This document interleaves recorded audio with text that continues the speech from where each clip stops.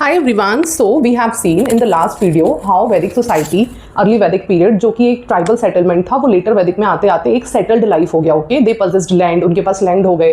Then they started agriculture, iron की discovery हो गई उस टाइम तक आते आते, दैट वाज 1000 BC.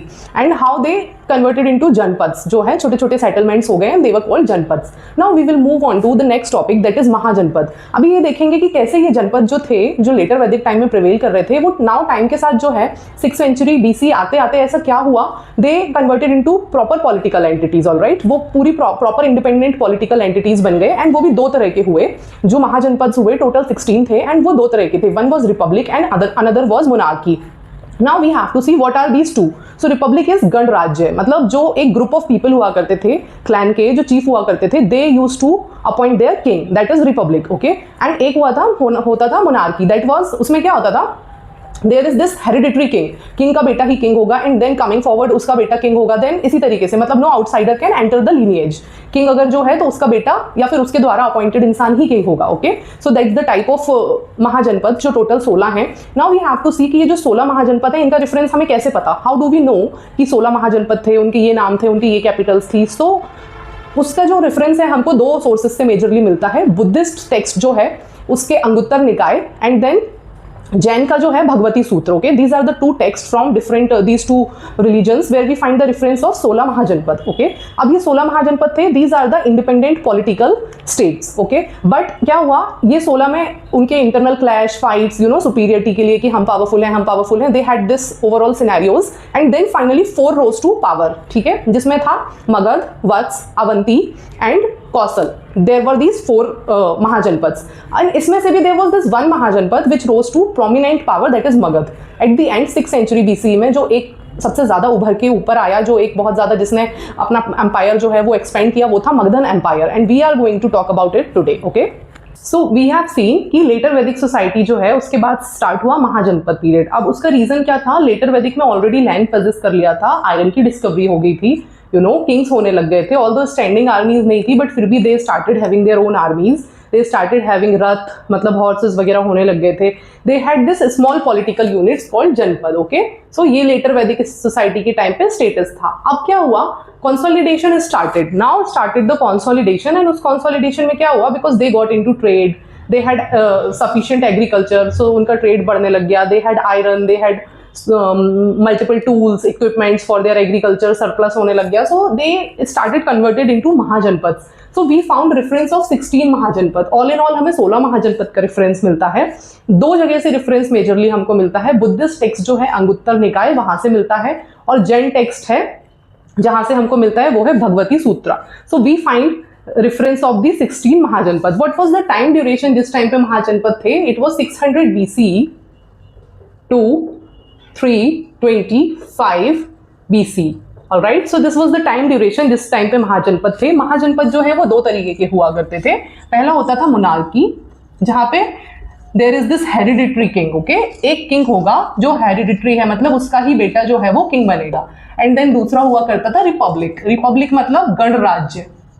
ओके, गणराज्य मतलब जो क्लैन के चीफ है, मे बी सपोज करो यहाँ पे 6 हैं, क्लैन के चीफ जो है 8 हैं, एंड ये सब मिलके जो है एक किंग को अपॉइंट करेंगे. This is called republic. And then this king will rule on behalf of the complete republic. Where is यहाँ मोनार्की में king, he is the whole sole power, the centralized power. Okay, कोई बाहर का अब enter नहीं कर सकता, या तो ये रहेगा, या तो इसके द्वारा अपॉइंटेड इसका बेटा रहेगा, या इसकी फैमिली का कोई रहेगा. So there were total 6. So we are going to talk about कि मगध जो है प्रोमिनेंट पावर आखिर बन के उभरा कैसे, व्हाट ऑल वाज देयर, उसके पास ऐसी क्या चीजें थी, क्या प्रिविलेज थे जिसके कारण जो है Magadh became the most prominent power of that time. So we will see Magadh in detail. Okay, we are studying Magadh. Now we know this was the independent political state. अगर इस पे लिखने को आ जाता है एग्जाम में, so this was the independent political state prevailed in 600 between, we can see say between 600 BC to 325 BC. Okay, one of the 16 महाजनपद था. अब ये क्यों उभरा, इतने सारे थे, 16 महाजनपद थे, तो फिर इसमें ऐसा क्या खास था जो यही जो है प्रोमिनेंट किंगडम की तरह उभरा। सो इसके कुछ प्रिविलेजेस थे। सबसे पहले तो इसका geographical location. Now what is special about geographical location? ये जो है ये बिहार में था। So we know Bihar is closer to Chhattisgarh, Jharkhand, और ये सारे जो हैं ये क्या है, ये मिनरल रिच स्टेट्स हैं। मिनरल रिच ज्योग्राफी है यहाँ की। We find minerals, okay. यहाँ पे सारे आसपास खदानें थी, बहुत बड़ी बड़ी खदानें थी। सो यहाँ पे इनको आयरन, एल्यूमिनियम, सारे जो इंपॉर्टेंट, जो इनके लिए इंपॉर्टेंट थे वो सारे यहाँ पे मिनरल्स जो है इनको मिल रहे थे, सारे मेटल्स एंड मिनरल्स मिल रहे थे। सेकेंड जो रीजन था, दिस इज फॉरेस्ट एरिया, ठीक है। फॉरेस्ट एरिया है तो दे हैड एनिमल्स, एलिफेंट, ठीक, हॉर्सेस। तो इसके कारण जो है इनकी मिलिट्री बहुत स्ट्रांग हो पाई। So they had this military supremacy as well, कि कोई बाहर से आके एकदम से इनको अटैक नहीं कर सकता, because they have sufficient forest and with forest they had forest resources. Third जो था ये गंगा प्लेन्स थे, ठीक है। Third reason by Magadh rose into prominence was it was privilege to have near by Ganga plains. अब गंगा प्लेन्स अगर कहीं पास में होंगे या फॉर दैट मैटर कोई भी रिवर प्लेन होगा, so you will have this soil, okay, alluvial soil, most fertile soil for agriculture, hence their agriculture was fully developed, ठीक है। agriculture जो है ये fully developed था। so these are the reasons, be it geography, okay, forest, minerals and then Ganga plains, these are the reasons क्यों जो है मगध ही अकेला ऐसा जनपद, महाजनपद बना जो prominently पावर में आया। so these are the reason। now we'll see कि मगध में कौन कौन सी डायनेस्टीज थी, क्या उनका सीक्वेंस था, किस सीक्वेंस में वो डायनेस्टीज आई हैं। so we'll see that, okay। सबसे पहले तो अगर आप मगध के बारे में बात करेंगे, so there is this Haryanka dynasty, the first dynasty which founded the base of foundation of this centralised administration was Haryanka dynasty. तो सबसे पहले हर्यंका डायनेस्टी का जो फाउंडर था, okay, Haryanka dynasty. Now who founded this Haryanka dynasty? तो हर्यंका डायनेस्टी का जो फाउंडर था उसका नाम था Bimbisara, Bimbisara, okay. Now this Bimbisar, he was the first and the foremost ruler of Haryanka dynasty, credited with the foundation of this particular empire, ठीक है, जिसने इसको पूरा consolidate किया, इसको बहुत अच्छा empire बनाया। He is also called Senia, Senia मतलब सेना पदस करने वाला, so owner of huge army, Senia का मतलब है owner of huge army, ठीक है। Also he is called Shronika, ये जो है उनको नेम्स दिए जाते थे based on what kind of work they are doing, ठीक। बिंबिसार ने जो है दूसरा, इसके बाद बिंबिसार के बाद आया Ajatashatru. Ajatashatru is very much known for having aggressive policy, okay. He killed his father, इसने जो है बिंबिसार की हत्या करके गद्दी पे आया, and he is known for aggressive policies, aggressive policies, okay. अच्छा, Bimbisara built the city of Rajgir, Bimbisara ने जो है वो कौन से शहर को बसाया, राजगीर को बसाया। वेयर इज अजातशत्रु ने जो है इसको फोर्टिफाई किया, वॉच फोर्ट बनवाया राजगीर के पास, ठीक है, जिसको हम बोलते हैं जलदुर्ग। क्यों बनवाया? For the protection of their city and capital जो थी राजगीर, उसकी प्रोटेक्शन के लिए इसने जलदुर्ग बनवाया यहाँ पर। Then third will come Udayan, ये जो है ये थर्ड है हर्यंका डायनेस्टी से, ओके। So what he did, he is mainly known for foundation of Pataliputra, foundation of Pataliputra. इसने जो है पाटलिपुत्र शहर को बसाया, ओके, जिसके बारे में बहुत सारी चीजें अभी हम आगे जाके पढ़ेंगे। He founded the city of Pataliputra, ठीक है। इसके बाद जो लास्ट रूलर था इनका वो था नागदशक। लास्ट रूलर जो था हर्यंका का वो कौन था? Nagdashak. Now why is this important? Because Nagdashak जो था he was so weak, he was so incompetent कि he lost his power and control to Shishunaga dynasty, Shishunaga dynasty, okay. he lost all his power and territory to Shishunaga dynasty. So अब यहाँ से start होती है हमारी Shishunaga dynasty, okay. But उससे पहले एक और इंपॉर्टेंट चीज है, जैसे इसको सेनिया या श्रोनिका बोला है, वैसे ही अजातशत्रु को बोलते थे कुनिका, ये इसका एक आप कह सकते हो उपनाम था, ठीक है। So now we are starting Shishunaga dynasty.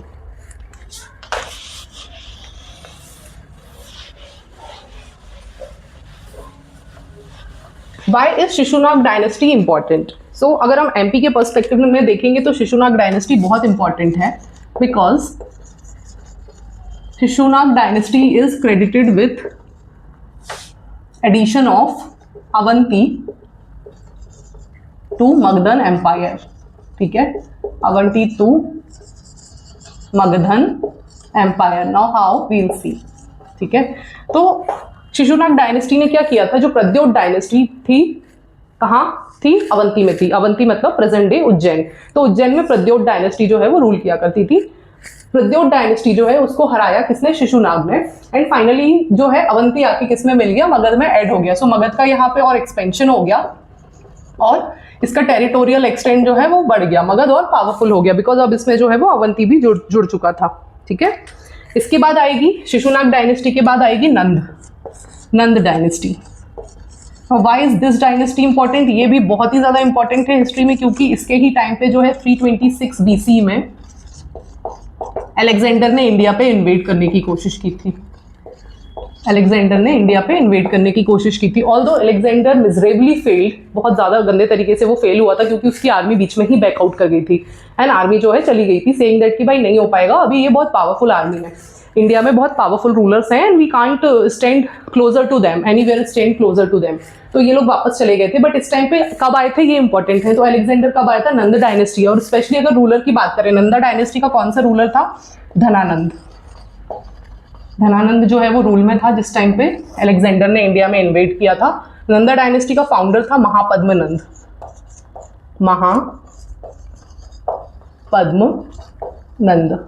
Okay, सो ये एक इंपॉर्टेंट है, क्यों नंदा डायनेस्टी इंपॉर्टेंट थी एंड कौन आया था इस टाइम पे। तो नंदा डायनेस्टी के टाइम पे ही अलेक्जेंडर ने 326 BC में इंडिया को इन्वेड करने की कोशिश की थी, बट फेल करके वो वापस चले गए थे। So this is about this. Then इसके अलावा अगर हम देखेंगे कुछ इंपॉर्टेंट चीज़ें, मगधन एम्पायर जो है, महाजनपद वाला टाइम जो है, इसको पीरियड ऑफ सेकेंड अर्बनाइजेशन कहते हैं। सो वी हैव टू सी कि ये क्यों पीरियड ऑफ सेकेंड अर्बनाइजेशन कहलाता है, ठीक है।